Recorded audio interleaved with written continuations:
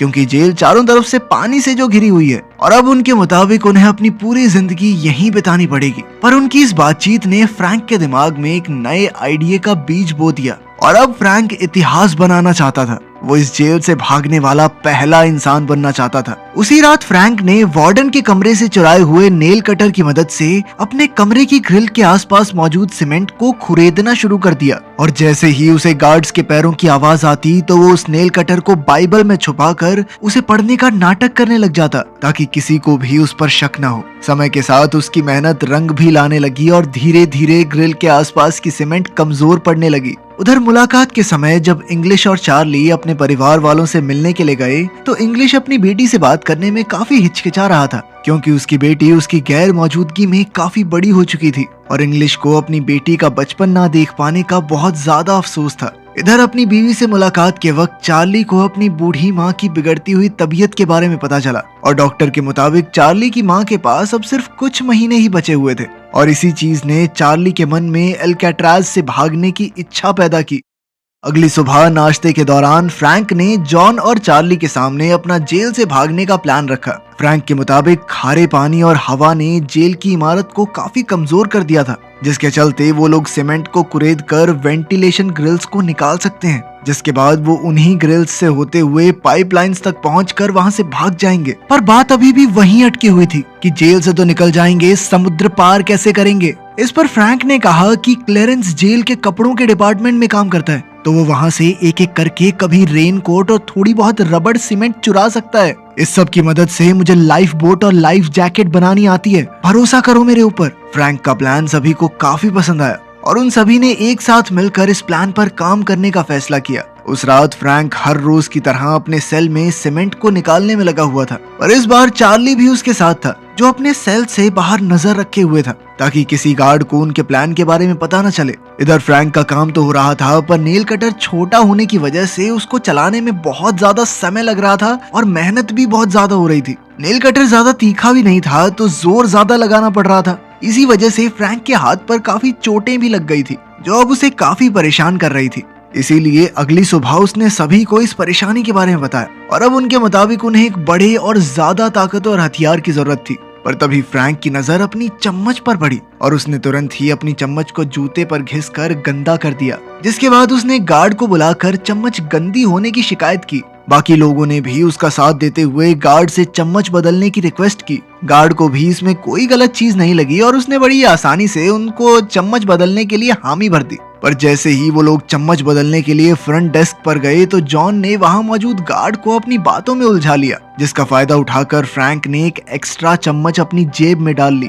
पर उसके लिए इतना काफी नहीं था और इसीलिए उसने लिटमस से अपने हिस्से के 20 दिन की मिठाई के बदले में बाकी सामान इकट्ठा किया जिसके बाद फ्रैंक ने चम्मच पिघलाकर नेल कटर और सिक्के के साथ जोड़कर एक नया औजार बनाया जो नेल कटर से काफी ज्यादा कारगर साबित हुआ। उसी रात जब फ्रैंक तेजी से सीमेंट को कुरेदने में लगा हुआ था तभी एक गार्ड वहां आया जिस पर चार्ली की नजर नहीं पड़ी। पर खुशकिस्मती से ऐन वक्त पर इंग्लिश ने बीच में आकर उस गार्ड का ध्यान भटका दिया जिससे चार्ली को जेल बार्स पर जोर से मुक्का मारकर फ्रैंक को चौकन्ना करने का मौका मिल गया। इशारा मिलते ही फ्रैंक ने तुरंत ही सारा सामान छुपा दिया। वो लोग इस बार तो बच गए पर अब फ्रैंक समझ चुका था कि वो चार्ली पर पूरी तरह भरोसा नहीं कर सकता। अगले कुछ दिनों में फ्रैंक समझ गया था कि उन ग्रिल्स के अंदर पेंच भी कसे गए हैं जिन्हें खोलने के लिए उन्हें एक नया औजार चाहिए था। इस दौरान जब भी फ्रैंक को बाहर जाने का मौका मिलता तो वो ग्रिल से निकली हुई सीमेंट को चुपचाप बाहर गिरा देता। कारपेंटर शॉप पर काम करते हुए फ्रैंक ने चोरी छिपे एक छोटा सा औजार तैयार किया पर उसे दुकान से बाहर निकालने के लिए फ्रैंक को उसे मेटल डिटेक्टर से बचाकर निकालना था और इसके लिए उसने एक लोहे का सड़ा हुआ टुकड़ा अपने हाथ में रख लिया और जब मेटल डिटेक्टर का अलार्म बजा तो फ्रैंक ने गार्ड के हाथ में वही सड़ा हुआ टुकड़ा पकड़ा दिया जबकि उसका असली औजार उसके जूतों में था। अपने सेल में पहुंचते ही उसने उस औजार की मदद से ग्रिल को खोल दिया जिसके आगे पाइपलाइन का जाल बिछा हुआ था जो शायद उनकी आजादी का रास्ता भी बन सकता था। पर फ्रैंक जानता था कि उन्हें अभी और ज्यादा तगड़ी प्लानिंग की जरूरत है और इसीलिए उन्होंने नकली सर बनाने का फैसला किया जिसकी मदद से वो गार्ड्स को चकमा दे सकते थे। अब उन्होंने तुरंत ही सामान इकट्ठा करना शुरू कर दिया जिसमें जॉन का काम नाई की दुकान से बाल इकट्ठा करना था, वहीं चार्ली पेंट का इंतजाम करने वाला था और फ्रैंक ने इंग्लिश की मदद से कई सारे अखबार इकट्ठा किए और सारा सामान मिलते ही फ्रैंक तुरंत ही अपने काम पर लग गया। उसने सबसे पहले अखबार को दीवार से निकली हुई सीमेंट में मिलाकर इंसानी खोपड़ी का ढांचा तैयार किया, जिसके ऊपर पेंट और बाल लगाकर वो लोग गार्ड्स को चकमा देने वाले थे। अपने प्लान को और मजबूत बनाने के लिए चार्ली ने उन ग्रिल्स जैसी दिखने वाली नकली जालियां बनाई, जिन्हें वो भागते टाइम ग्रिल्स की जगह लगाने वाले थे, ताकि कोई गार्ड ये नोटिस न कर ले कि यहाँ ग्रिल तो लगी नहीं हुई। एक रात फ्रैंक ने अकेले ही ऊपर जाने का फैसला किया, जिसके लिए उसने उस नकली खोपड़ी और नकली ग्रिल का इस्तेमाल किया। पर पाइपलाइन से ऊपर पहुंचने के बाद फ्रैंक को एक लोहे का दरवाजा दिखाई दिया, जिस तक वो अकेला नहीं पहुंच सकता था। और ठीक उसी वक्त एक गार्ड सभी सेल्स का राउंड मार रहा था। और जब वो फ्रैंक के सेल के पास पहुंचा तो उसे शक तो हुआ, पर इसके बावजूद भी वो लोग किसी तरह से बच गए। लेकिन अब उन्हें समझ आ गया था कि उनके प्लान में कुछ बदलाव की जरूरत है। अगली सुबह फ्रैंक और चार्ली ने पिछली रात हुए हादसे के बारे में बात की, पर तब तक जॉन और क्लेरेंस ने भी अपनी अपनी नकली खोपड़ी बना ली थी, जिसके बाद सभी ने इसी प्लान के साथ आगे बढ़ने का फैसला किया। उसी रात जॉन और चार्ली एक बार फिर से उसी लोहे के दरवाजे के पास गए और एक दूसरे की मदद से वो लोग दरवाजे तक पहुंच गए, जिसे पकड़ते ही उन्हें एहसास हुआ कि वो लोग इस दरवाजे को काट सकते थे, पर इसके लिए उन्हें काफी एडवांस टूल्स की जरूरत थी। अगले दिन म्यूजिक क्लास के दौरान चार्ली की नजर एक पुराने पंखे पर पड़ी, जिसे देखते ही उसे लगा कि वो लोग इसका इस्तेमाल एक औजार की तरह कर सकते हैं, और इसीलिए उसने अपने हिस्से की सारी मिठाई के बदले में लिटमस के साथ सौदा कर लिया। अब पंखे को क्लास से बाहर ले जाने के लिए चार्ली ने उसे एक इंस्ट्रूमेंट बॉक्स में डाल दिया, जिसकी मदद से वो लोग आसानी से बाहर आ गए। वो पंखा जैसे ही फ्रैंक के हाथ लगा तो वो तुरंत ही उसे एक औजार बनाने में लग गया, जिसके बाद वो लोग दोबारा उस लोहे के दरवाजे पर गए और इस बार अपने इस नए औजार की मदद से उन्होंने वो दरवाजा काट दिया। इस बीच उनसे शोर भी काफी हुआ, जिसकी आवाज गार्ड्स तक पहुंची भी, पर गार्ड्स ने ज्यादा ना सोचते हुए उसे नजरअंदाज कर दिया। इधर फ्रैंक और उसके साथियों का रास्ता बन चुका था, जिसके बाद उन्होंने मंगलवार की रात को दुनिया की सबसे सुरक्षित जेल एल्काट्राज से भागने का फैसला किया। पर मंगलवार सुबह नाश्ते के दौरान फ्रैंक ने डॉग की याद में टेबल पर एक फूल रख दिया, जिस पर तुरंत ही वार्डन की नजर पड़ गई और उसने फ्रैंक को जेल के उसूल याद दिलाते हुए उस फूल को कुचल दिया। वार्डन के इस बर्ताव से सबसे ज्यादा गुस्सा लिटमस को आया, पर जैसे ही वो वार्डन पर हमला करने के लिए आगे बढ़ा तो उसी वक्त अचानक उसे हार्ट अटैक आ गया और वो नीचे गिर पड़ा। थोड़ी देर बाद वार्डन ने अचानक फ्रैंक के सेल की तलाशी ली, पर उसे वहाँ कुछ भी नहीं मिला, जिसके चलते वो काफी नाराज था और उसने इसी नाराजगी में चार्ली और फ्रैंक का सेल बदलने का आदेश दे दिया। उधर वुल्फ भी सॉलिटरी कन्फाइनमेंट से आजाद हो चुका था और अब वो दोबारा फ्रैंक पर हमला करने के लिए पूरी तरह से तैयार था।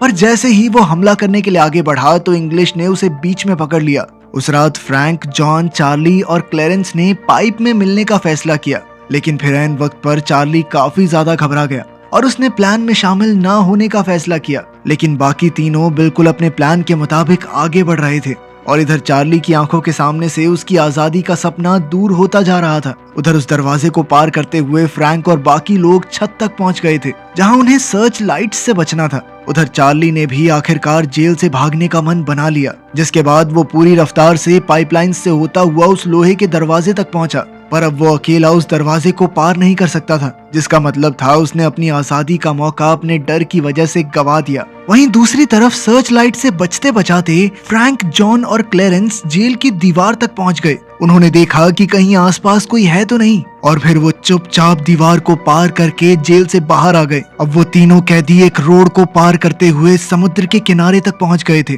वो अच्छे से जानते थे कि किसको क्या करना है और तीनों शांति और तेजी से अपना काम कर रहे थे। उन्होंने जल्दी जल्दी नाव के अंदर हवा भरनी शुरू कर दी, जिसे मुंह से फुलाना बहुत मुश्किल काम था, लेकिन फिर भी अपनी जान बचाने के लिए उन तीनों ने ये कर दिखाया। और अब वो लोग एल्काट्राज की सरहद से हमेशा हमेशा के लिए दूर जाने के लिए समुद्र में उतर गए। अगली सुबह जब गार्ड्स राउंड पर आए तो शुरुआत में तो उन्हें सब कुछ बिल्कुल नॉर्मल लगा, पर फिर उन्होंने देखा कि फ्रैंक अब तक सो रहा था। उन्होंने जैसे ही फ्रैंक के मुंह से चद्दर हटाई तो उनके पैरों तले जमीन खिसक गई, क्योंकि आज उनके साथ कुछ ऐसा हुआ था जिसकी उन्होंने कभी कल्पना तक नहीं की थी। पूरी जेल में ये बात फैल गई कि कुछ कैदी भाग निकले हैं। फ्रैंक ने अपने सर की जगह पर नकली खोपड़ी जो रखी हुई थी, गार्ड्स ने तुरंत ही अलार्म बजा दिया और जल्द ही ये भी पता चला कि 2 और कैदी भी भाग चुके हैं। जल्द ही उन तीनों की खोज शुरू हो गई। उन्हें ढूंढने में नाव के साथ साथ हेलीकॉप्टर तक का इस्तेमाल किया जा रहा था, लेकिन इसके बावजूद भी फ्रैंक, जॉन और क्लेरेंस का कोई सुराग नहीं मिला। और अब कुछ पुलिस वालों को लग रहा था कि शायद वो तीनों समुद्र में डूबकर मर गए होंगे, पर अंदर ही अंदर वार्डन जानता था कि वो बच निकले हैं और दुनिया की सबसे सुरक्षित कही जाने वाली जेल एल्केट्राज को भी तोड़कर भागने में कोई कामयाब हो चुका है। पर वार्डन के सामने जेल की इज्जत बचाने की जिम्मेदारी भी थी, जिसके चलते उसने दुनिया के सामने उन तीनों को मरा हुआ घोषित कर दिया। लेकिन सच बात तो ये थी कि वार्डन की इस बात पर किसी को भरोसा नहीं था। ये एक सच्ची कहानी है जिसके बाद फ्रैंक जेल तोड़ने वाले जीनियस के नाम से पूरी दुनिया में मशहूर हो गया। 1 साल तक गुप्त तरीके से सर्च ऑपरेशन भी चलाया गया, लेकिन कभी कोई बॉडीज नहीं मिली, जिसका मतलब ये था कि वो बचकर भागने में कामयाब हो गए थे। वीडियो पसंद आई तो लाइक कर देना, चैनल को सब्सक्राइब कर